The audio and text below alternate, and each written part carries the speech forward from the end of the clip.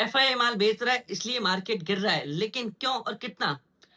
Last 5 साल में FI ने सवा 13 लाख करोड़ का माल बेच चुका है और इसी साल वाईटीडी में सवा 3 लाख करोड़ का। लेकिन एफआई बेच क्यों रहा है? काफ़ी लोगों को क्वेश्चन होगा। क्या लगता है कि ये यूएस ईरान वॉर के कारण? नहीं, 5 साल से तो ये भी नहीं था। क्या लगता है टैरिफ के कारण? नहीं, टैरिफ का चक्कर भी अभी पड़ा है। और क्या लगता है रुपीज़ कमज़ोर है इसलिए? नहीं। अगर देखा जाए तो एफआई खुद लॉस ले रहा है इसलिए वह बेच रहा है। अब काफ़ी लोगों का यही सवाल होगा कि एफआई कैसे लॉस ले रहा है? चलो आपको समझाते हैं इसी वीडियो में।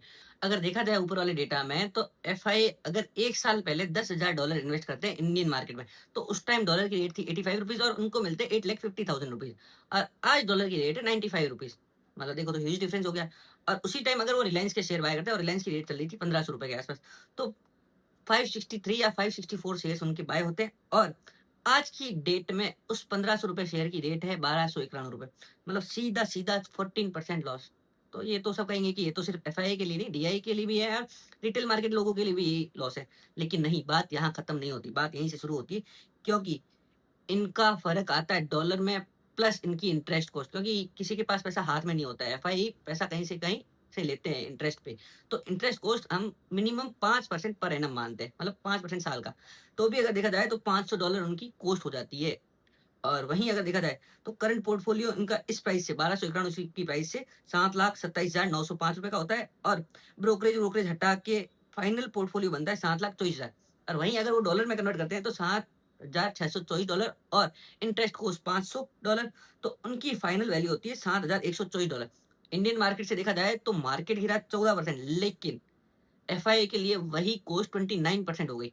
मतलब उनका पोर्टफोलियो 29% नेगेटिव होगा।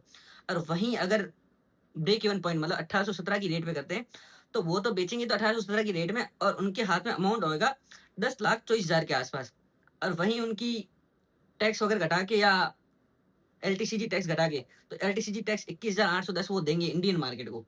और उसके बाद वो अगर यूएसडी में कन्वर्ट करते हैं, तो 10,500 यूएसडी में कन्वर्ट हो जाएँगे, लेकिन $500 उनकी क्या हो जाएगी इंटरेस्ट कॉस्ट।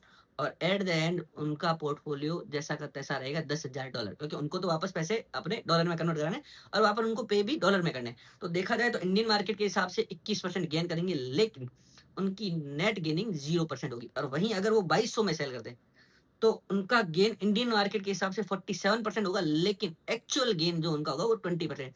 तो मतलब एफआईआई का मेन पैसा ये करेंसी के बढ़ने में plus interest cost plus Indian market के टैक्सेशन में चला जाता है। तो एफआईआई क्यों इंटरेस्ट लेगी?